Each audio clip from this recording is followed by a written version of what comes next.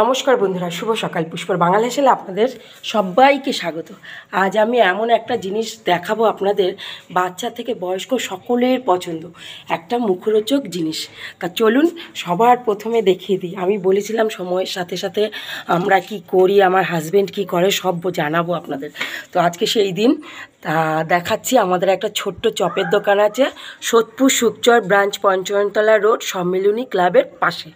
কেউ যদি এই রকম মুখরোচক চপ খেতে চান, অবশ্যই আসতে হবে এই দোকানে। তো সবার প্রথমে দেখুন, এটা আলুর চপের মশলা, এটা দিয়ে আলুর চপ হবে। এখানে রয়েছে লোটে মাছের চপ, এখানে রয়েছে গিয়ে স্যান্ডউইচ, এটা পাউরুটি দিয়ে তৈরি। এখানে রয়েছে চিকেন চপ, এখানে রয়েছে গোটা গোটা চিংড়ি মাছের চপ। জানি না আপনারা বুঝতে পারছেন কিনা, দেখুন মাথা লেজা গোটা গোটা চিংড়ি মাছের চপ। এটা স্যালাড, এটা দিয়ে হবে ডাল বড়া।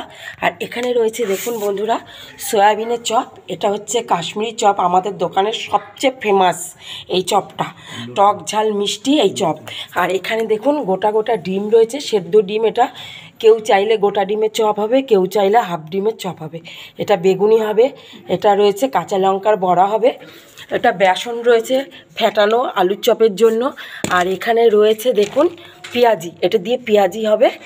আর এখানে রয়েছে দেখুন আলুর পকোড়া। আপনারা তো চিকেন পকোড়া, ফিশ পকোড়া, পনির পকোড়া খেয়েছেন, ভেজ পকোড়া খেয়েছেন, কখনো পটেটো পকোড়া খেয়েছেন? যদি না খান তাহলে অবশ্যই একবার এই দোকানে আসবেন।